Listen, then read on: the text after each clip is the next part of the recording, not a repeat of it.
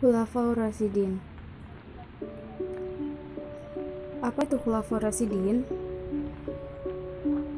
Khulafaur Rasyidin adalah kekhalifahan Islam yang berdiri setelah wafatnya Nabi SAW pada tahun 632 Masehi. Kekhalifahan ini terdiri dari 4 sahabat Nabi, yaitu yang pertama Abu Bakar As-Siddiq.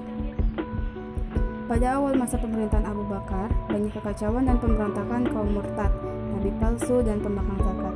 Hal ini muncul karena mereka beranggapan bahwa perjanjian ketaatan yang mereka buat dengan Nabi ikut hilang bersama dengan wafatnya Nabi.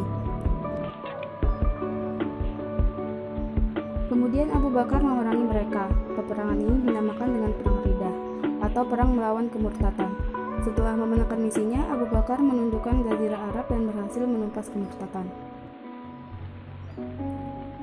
Kemajuan yang telah dicapai Abu Bakar pada masa kepemimpinannya yang berlangsung selama 2 tahun, beliau berhasil mencapai beberapa kejayaan, yaitu yang pertama, perbaikan sosial. Perbaikan sosial yang dilakukan Abu Bakar ialah usaha untuk menciptakan stabilitas wilayah Islam dengan berhasilnya mengamankan tanah Arab dari para orang murtad.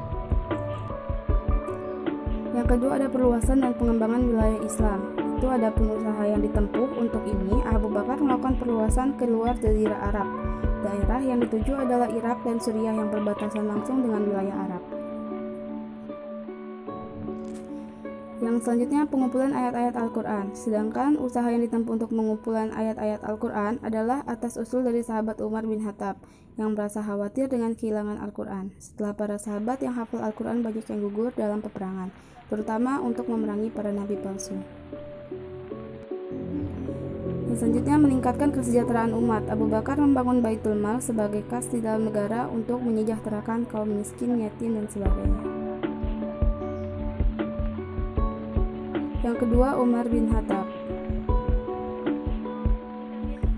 Peranan Umar dalam kepemimpinannya sangat menonjol karena perluasan wilayahnya. Adanya penaklukan besar-besaran pada masa pemerintahannya merupakan sebuah fakta yang diakui oleh para sejarawan. Masa pemerintahannya berlangsung selama 10 tahun 6 bulan. Pada saat itu, di bawah kepemimpinan Umar, Islam mengambil alih seluruh kekuasaan dalam Imperium Parsi sampai perbatasan Asia Tengah.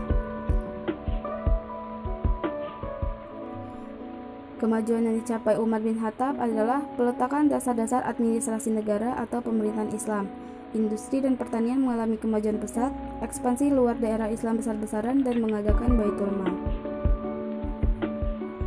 Yang ketiga, Utsman bin Affan. Sistem pemerintahan Utsman bin Affan lebih ditekankan kepada politik dalam negeri. Utsman bin Affan dipilih melalui majelis khusus yang dibentuk oleh Umar bin Khattab sebelumnya. Kemajuan yang dicapai Utsman bin Affan itu adalah pembukuan Al-Quran, penyatuan Qiraat Quraisy, ekspansi wilayah Islam, perluasan Masjid Nabawi dan Masjidil Haram, serta pembentukan Angkatan Laut. Yang keempat, Ali bin Abi Thalib. Ali memimpin umat Islam selama 6 tahun. Selama masa kepemimpinannya ini, dapat dikatakan bahwa keadaan negara sangat tidak stabil. Setelah menduduki jabatan khalifah, Ali memecat para gubernur yang diangkat oleh Utsman karena ia berpendapat bahwa pemberontakan yang ada itu semua ulah dari para gubernur. Setelah Utsman meninggal, saat Ali akan diangkat menjadi khalifah, banyak sekali pertentangan.